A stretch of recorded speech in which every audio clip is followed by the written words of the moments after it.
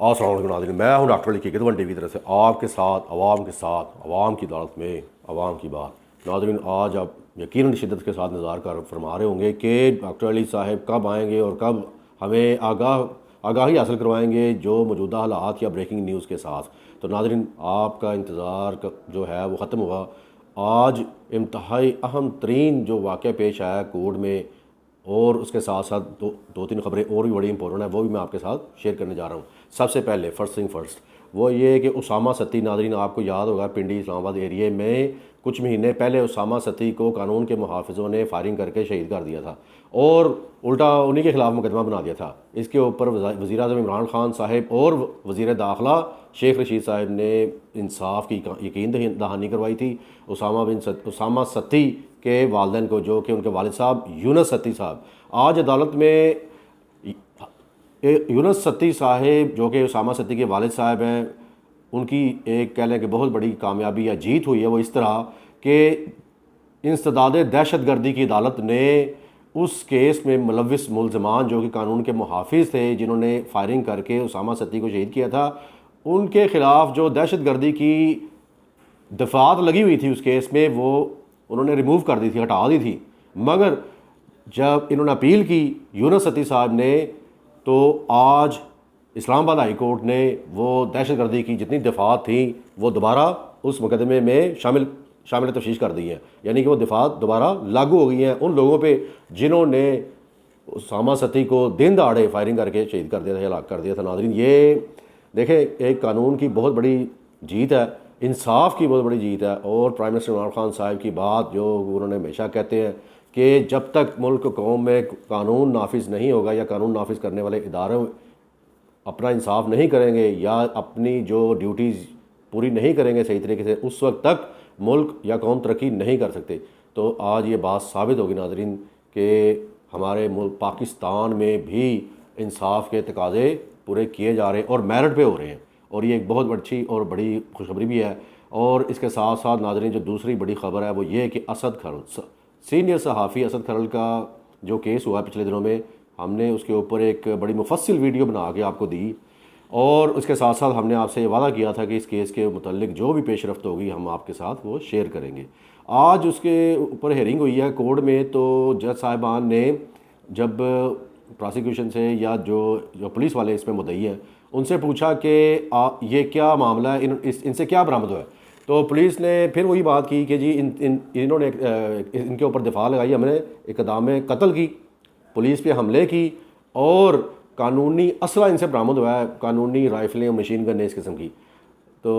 उन्होंने जज साहब ने इनको अगले महीने की 8 तारीख का टाइम दे दिया कि अगले महीने दोबारा इनको पेश किया जाए, और जब इसके ऊपर जो भी आइंदा पेश रफ्त होगी वो भी हम आपकी खिदमत में पेश कर देंगे इंशाल्लाह ताला। अभी ये केस चलेगा, अभी इसके मुतल्लिक जो बड़ी अभी तो बेशुमार इसकी इन्वेस्टिगेशन होना बाकी है, क्योंकि जब भी कभी पुलिस मुकाबला या पुलिस डायरेक्टली फ़ाइट में इन्वॉल्व होती है तो वहाँ पे जो FIR कटती है पहली, उसके ऊपर एक बाकायदा टीम बैठती है जिसको जो जायब कुआ पहुँच के वो सारे शवाहिद इकट्ठे करने के बाद अपनी एक रिपोर्ट लिखती है। तो अभी तक ये इनकी जो पुलिस की अपनी जो रिपोर्ट बनाई हुई थी उस वक्त की, और जो टीमों ने तहकीकात की हैं उसके बाद इनमें थोड़ा कॉन्ट्रडिक्शन पाया जाता है, तजाद पाया जा रहा है। तो इसलिए जज साहब ने थोड़ा सा टाइम दे दिया कि तहकीकात मुकम्मल करके इनको पेश किया जाए। और पुलिस वाले कह रहे थे कि जी इनका जिस्मानी रिमांड हमें दें ज़्यादा, और 1 हफ्ते का कम अज़ कम, मगर जज साहब ने उनको और रिमांड नहीं दिया बल्कि सीधा जेल में भेज दिया। अब वहाँ से वो अपनी ज़मानत करवा सकेंगे, हो सकता है कल या परसों तक उनकी ज़मानत हो जाए। अगर ज़मानत होगी उसके बारे में जो पेश रफ्त होगी या हो चुकी होगी तो वो भी हम आप तक पहुँचाएँगे इंशाल्लाह ताला। नाज़रीन, जैसा कि आपको पता है, मैं डॉक्टर अली हकीकत वन टीवी की तरफ से आपके साथ, आवाम के साथ, आवाम की अदालत में हमेशा तमाम ख़बरों को मुकम्मल तहकीकात करने के बाद और उनकी इंजीनियरिंग करने के बाद उनकी फ्रांसिक करने के बाद आपकी खिदमत में पेश करते हैं। और इसके साथ साथ नाज़रीन, आसिफ जरदारी के ऊपर तो बहुत ज़्यादा केसेस बने हुए हैं, मगर आज उनका जो 8 अरब रुपए की मशकूक ट्रांजैक्शन का केस है उसके ऊपर एक इंतहाई अहम पेशरफ्त हुई है। वो ये कि उनका एक बड़ा ही ख़ास कह लें कि बहुत ही करीबी फ्रंट मैन, जिनके नाम पे उन्होंने 8 अरब रुपए की ट्रांजैक्शन की हुई हैं और बड़ा शदीद केस बनाया हुआ नैब वालों ने और FIA एंटी करप्शन वालों ने। इस्लामाबाद में उसकी हेयरिंग थी, मगर उससे पहले हुआ ये कि उनका जो फ्रंट मैन उसका नाम मुश्ताक अहमद, जी जनाब, I will repeat it again, Mushtaq Ahmed Asif Zardari साहब का फ्रंट मैन होने की, जिसने 8 अरब रुपए की मशकूक ट्रांजैक्शन जो की थी वो गिरफ़्तार हो गया। उस बंदे को गिरफ़्तार करने के बाद उससे तहकीकात जारी हो गई हैं, शुरू हो गई हैं। नाजरीन, आपको इस बात का तो पता ही होगा कि आसिफ जरदारी साहब पे पार्क लेन केस रेफरेंस और 8 अरब रुपए की ये मनी लॉन्ड्रिंग या मशकूक केसेस, फिर वहाँ पे अमेरिका में जो इनके ऊपर प्रॉपर्टी के मतलब जो इनकी केसेस है, यानी कि इनकी वो प्रॉपर्टी जिसकी वो कोई मनी ट्रेल नहीं प्रोवाइड कर सके कि ये जायज़ तरीक़ों से कमाई थी या नाजायज़ तरीक़ों से, उसका केस, और इसके साथ साथ बेशुमार केसेस इनके ऊपर हैं। 8 अरब रुपए की जो ये मनी लॉन्ड्रिंग वाला केस है, इसके मुतल्लिक क्यों इतना ज़्यादा ये कोहराम मचा कोर्ट में भी और उसके बाहर भी कि इनके ऊपर फ़र्द जुर्म आयद होने जा रही है। स्पेशली वो बंदा जो कि इनका फ्रंट मैन था मुश्ताक अहमद के गिरफ़्तार होने के बाद, और आज इनके ऊपर फ़र्द जुर्म आयद होनी थी, मगर फिर इन्होंने कोर्ट से गैर हाज़िरी की अपील कर दी कि जी इस्तिस्ना लिया कि मैं नहीं हाज़िर हो सकता क्योंकि जी मेरी तबीयत ठीक नहीं, blah blah this and that the other. बहरहाल अदालत फिर इनको 2 हफ्तों का टाइम दिया है कि 2 हफ्तों के अंदर अंदर जो भी है ये केस के ऊपर अगर लगनी है, फ़र्द जुर्म आयद होनी है तो वो भी बताया जाए, अगर नहीं होनी तो उसके भी प्रूफ किया जाए। इनके जो फ़ारूक एच नाइक साहब हैं, आसिफ जरदारी साहब के जो वकील, जी जनाब, फ़ारूक एच नाइक जो आसिफ जरदारी साहब को रिप्रेजेंट करते हैं इनके कई केसेस में, हैं बड़ा शार्प बंदा है, इसमें कोई शक वाली बात नहीं, बड़ा वाइज और जैसे कहते हैं ना कि दूरंदेश टाइप का बंदा है। और मगर नाज़रीन देखें, जो अदालतों में अब शफाफियत पैदा हो गई है या कह लें कि लाई जा रही है आहिस्ता आहिस्ता बफज़ल खुदा,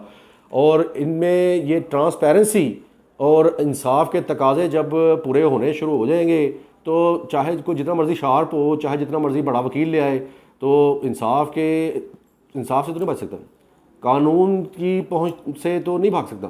तो इसके मुतल्लिक भी जो भी पेशरफ्त होगी नाज़रीन वो भी आप तक पहुंचाएंगे। मैं स्पेशली डॉक्टर अली किकेतवन टीवी की तरफ से क्यों इतना ज़्यादा पैशनेट हूँ इन चीज़ों के मुतल्लिक, क्योंकि हमें दुख होता है कि कोई शख्स भी इस मुल्क कौम का पैसा लूट के दूसरे मुल्कों में लेके जाए और इस मुल्क के बच्चे को बेचारे को मकरूज़ कर दे, तो ये कोई अच्छी बात नहीं है। It's totally unfair, it's not fair, I mean it's very bad, it's totally wrong and you know it's wrong is wrong, I mean जो गलत है वो गलत है। इसके साथ साथ नाज़रीन आपको ये भी याद होगा कि पार्क लेन केस इनके ऊपर चल रहा था आसिफ जरदारी साहब के पास ऊपर, उसमें भी बड़ी ख़ास पेशरफ्त हुई है, और वो ये कि उसमें इनके जो फ्रंट मैन जो कि बंदा जो गवर्नमेंट ऑफिसर था जी, उन्होंने इनको गवर्नमेंट प्रॉपर्टी 122 कनाल गवर्नमेंट प्रॉपर्टी आसिफ जरदारी साहब को तोहफे में दे दी। ये कैसे हो सकता है? और why did do that, how could he do that, कि किस तरह ये कर सकता है, क्यों उसने किया?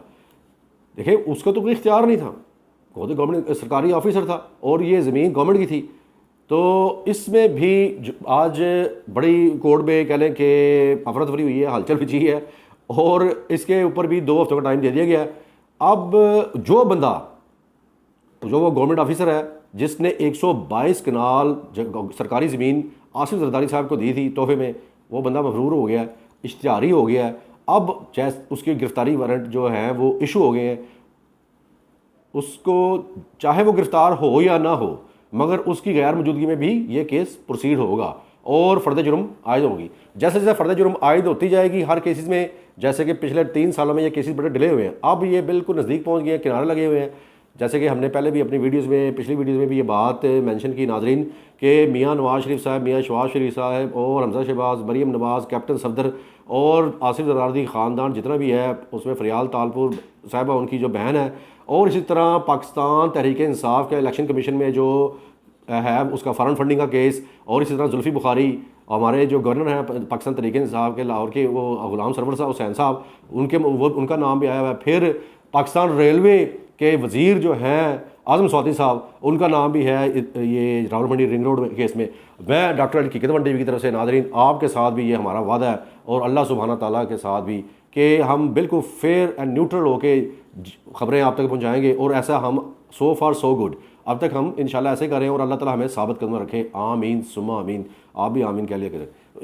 I don't know, I mean obviously you must say आमीन, यू नेवर नो। तो इससे ये होता है कि जब कोई शख्स न्यूट्रल हो के बिल्कुल मुनसिफाना ख़बरें आप तक पहुंचाता बगैर किसी पार्टी की साइड लिए, तो उसको अप्रिशिएट करना चाहिए। क्योंकि पाकिस्तान में, ये मेरी अपनी ऑब्जर्वेशन है या मेरी अपनी रिसर्च है, उसके मुताबिक जितने भी यूट्यूबर्स हैं या जितने भी ये मेन स्ट्रीम मीडिया चैनल्स हैं, वो किसी न किसी पार्टी की साइड ज़रूर लेते हैं। चाहे वो थोड़ी बहुत लें, मगर वो ज़रूर किसी न किसी पार्टी की साइड में या उनके हक में होते हैं। तो ये हकीकत वन टीवी वाले, स्पेशली मी डॉक्टर अली, आपके साथ, अवाम के साथ, अवाम की अदालत में बिल्कुल न्यूट्रल होके मुनसिफाना तरीके से जस्टिफाई करके सारी खबरें पहुंचाते हैं बगैर किसी की साइड लिए और बगैर किसी को फेवर दिए। जो गलत करता है उसको भी अवाम की अदालत में पेश कर देते हैं, जो सही करता है उसको उसकी दादरसी भी करते हैं, ख्वाह उसका ताल्लुक किसी भी पार्टी, किसी भी तबके, किसी भी फ्रीक, किसी भी कह लें फ़िरके से हो। तो ये इसको कहते हैं जर्नलिज़म, बिल्कुल जस्टिफाई करना जर्नलिज़म को। तो नाज़रीन, जो आपकी इस बारे में क्या राय है, कमेंट्स बॉक्स में ज़रूर बताइएगा। इसके साथ ही मुझे इजाज़त दें डॉक्टर अली हकीकत वन टीवी की तरफ से, आपके साथ, अवाम के साथ, अवाम की अदालत में अवाम की बात। पाकिस्तान पाइंदाबाद, पाकिस्तान की अफवाज और ISI जिंदाबाद।